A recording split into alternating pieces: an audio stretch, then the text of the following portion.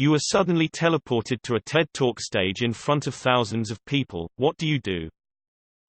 Start with, any questions? Water is being poisoned by the government because 100% of people who drink water die. Any questions? Thank you for coming to my TED Talk on teleportation. There will be no further demonstrations. I'm talking about sharks. I've watched enough Shark Week to be prepared for this moment. I'd tell them I'm Ted. Say check 1 2, give the guy in the booth the thumbs up, and walk off stage. Turn around, see what the presentation's title was, and continue it. I'm Michelle Obama and this is my message. And walk off the stage. I bet you're wondering how the I just did that, aren't you? Well, so am I. Anyway, here's Wonderwall. Start talking. Listen here, you little piece of. So how about that airplane food, huh? Ted small talk. Currently naked, so probably cover myself up and run backstage. I'd stand there and helicopter until someone yanked me off the stage.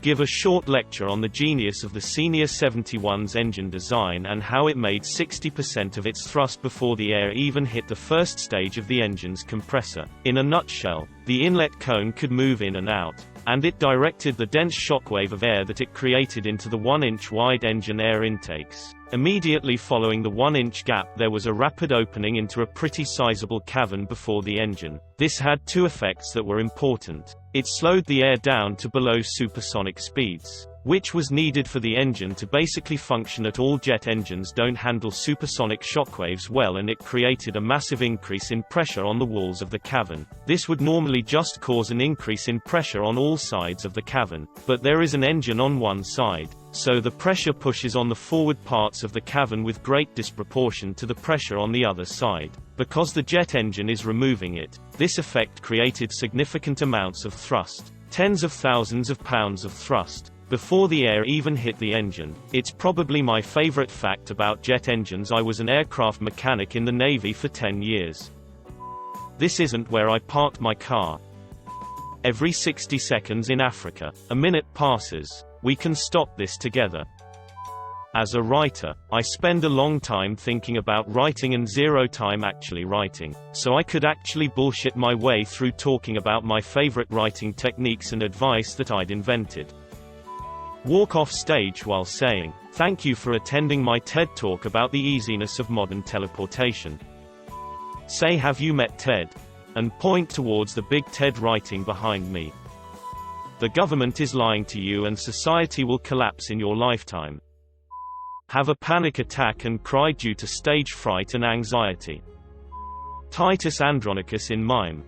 Oh Jesus. He's raping himself and cutting his own tongue out. And there go the hands. I know the 3 years I spent doing improv weren't a waste. Make ridiculous shit up. So, in 2008 I learned something very valuable about myself. I hate hot days. Not a ton, but just a little. So I asked myself, what if a day was never hot again? I founded a startup and well, since then, my progress has been, well, I've been so incredibly blessed. Well, what's the technology behind it? That's the great part. I employ a bunch of elves with pilot's licenses, load their little planes up with magical pixie ice, and keep going until I'm dragged off stage.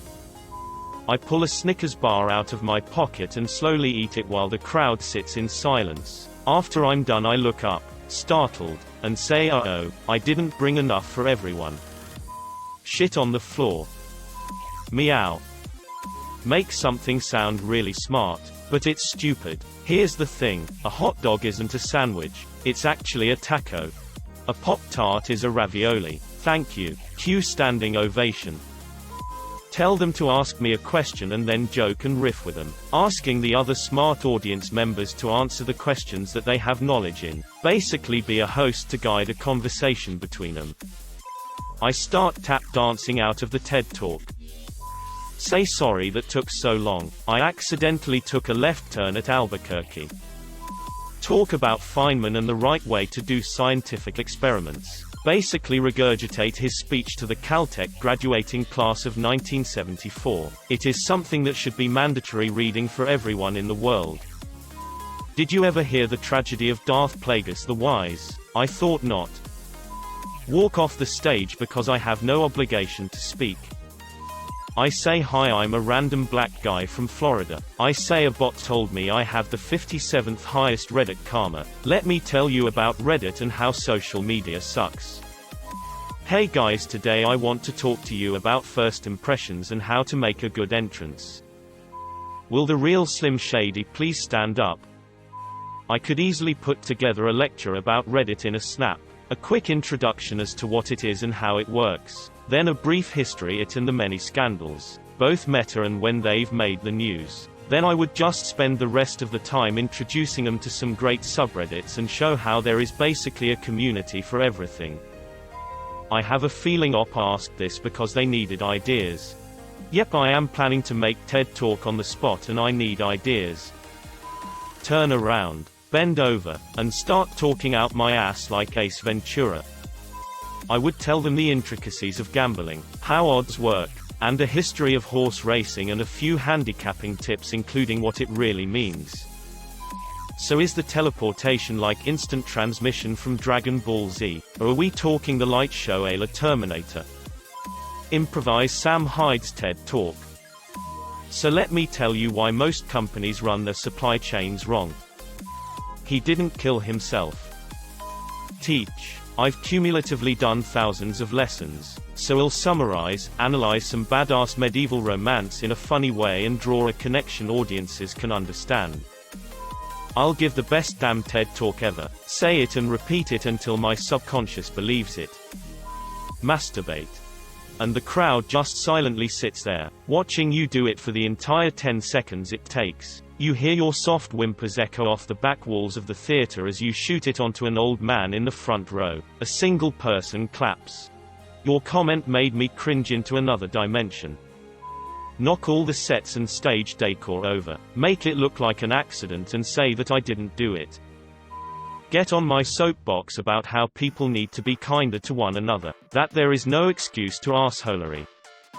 I'd introduce myself and speak about the importance of therapy and psychiatric care for abused and neglected children who enter the system. Giving my own past as an example, I'd talk about how having PTSD for so long 30 years before I was diagnosed deeply affected the way my brain works and how mandated therapy and psychiatric care if necessary should be the standard of care for kids like I was. I'd go on to talk about how assuming children bounce back and don't need help is not only detrimental to their current well-being but it has a profound impact on their future. I'd go into great detail about how the kids who seem to need help the least, the quiet ones, are often those who need it the most. I'd explain how the lack of therapy and psychiatric care my own father experienced when he was in the system led him down a path of self-destruction from which he has yet to recover. He's in his 60s. I'd discuss my sister and her 6 kids and how, like me, her children were second-generation foster kids. I'd talk about how even if the cycle of abuse didn't continue, that it didn't necessarily mean that we're magically healthy adults capable of raising our own children. We'd discuss the programs I want to start for children who age out of the system and how even if they have a place to go, they don't necessarily possess the skills to continue to maintain a stable life for themselves. If children are the framework upon which we build our world's future, then the least we can do is care for them properly when their parents can't or won't do so.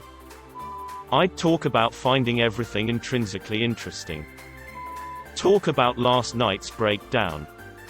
Freeze up, then run off stage and feel super embarrassed. Find a place to hide, stay there and relieve the world of my face. It doesn't need this embarrassment. Honestly, I'd talk about mental health, something I'm really passionate about. I'd share some poems I wrote that help explain what it's like to be mentally ill. I'd talk about modern horology and the internet for about 10 minutes before I veered off in a random direction, finally finishing with an anecdote about my friend crashing his car into his work van, which contained his brand new motorcycle. Ask you like jazz, then walk off. Start talking about how I overcame my anxiety. This is my TED Talk about Severus Snape and Albus Dumbledore and why they are not heroes to be respected. I'll then go over the allotted time. ... You might be wondering how I just did that. Let me tell you a story about how I came across the wonders of essential oils. Multi-level marketing was right all along. The Ashley Simpson jig. Explain hentai in the most complicated way possible without saying sex, anime, or porn. Floss my way off stage while smiling maniacally.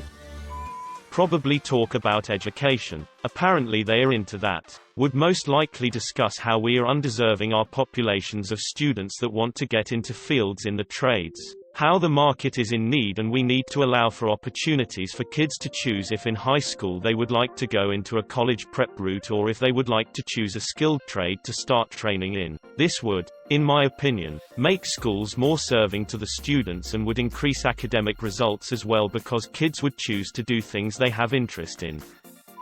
Question whether or not these people were gathered to see me for some reason or whether I've just gatecrashed somebody else's TED Talk.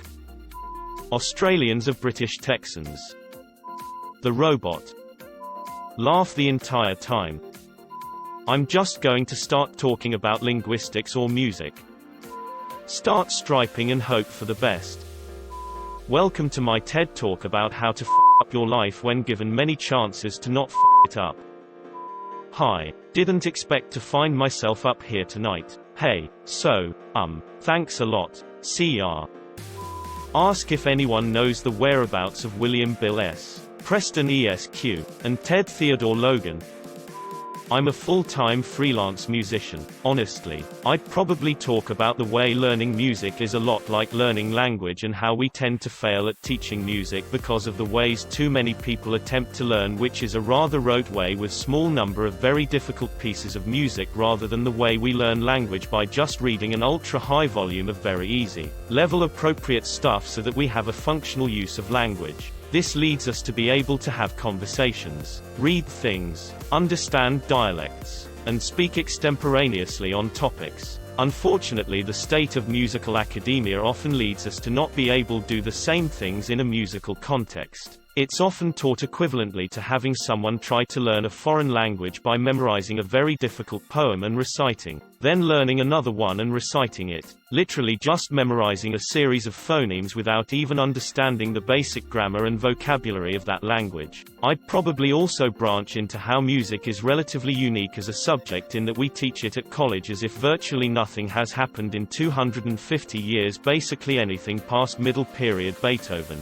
Imagine if we taught any other subject with the language and understanding of how that subject existed 250 years ago. Once again, particularly if we literally taught language as it was spoken 250 years ago. This leaves many classically trained musicians literally not having the same vocabulary as working musicians. The limitations of common practice period theory analysis tools really make it nearly impossible to use them to describe and understand things that are extremely common in contemporary music. Combining the saturation of supply of these under-informed musicians with the dwindling demand for that extremely narrow spectrum of music creates a real problem in terms of musicians finding work, but hey, it works out great for me because there's far less competent competition. People are very narrowly trained in a field that rewards demands honestly being very broadly skilled even if you aren't absolutely perfect. Ultimately, so much of this is driven by a tribalism inside of music culture. Largely classical versus contemporary, very broad categories there, but also going deeper into subcultures within those. Like even in the classical space, the divide between pianists, winds, strings, and vocalists is pretty intense, and they all have their own very extreme weaknesses that just aren't addressed enough by musical academia. This is further exacerbated by the fact that most professors were trained in this way, but found that there was no work in the classical space. So they become professors at a university and give performance degrees with no real-world performance experience, as in trying to actually make a living playing their instrument, not playing in institutionally provided venues with a very insular atmosphere. So you have a blind leading the blind situation, and just due to human psychology, this leads to deeper tribalism as these professors often denigrate what they don't understand. If they don't understand contemporary music language, they just write it off as being silly and unimportant rather than addressing their own ignorance in effort to be better teachers. But the current academia institution doesn't really reward that, and it may actually go the other way. So mostly it's stuck in the status quo.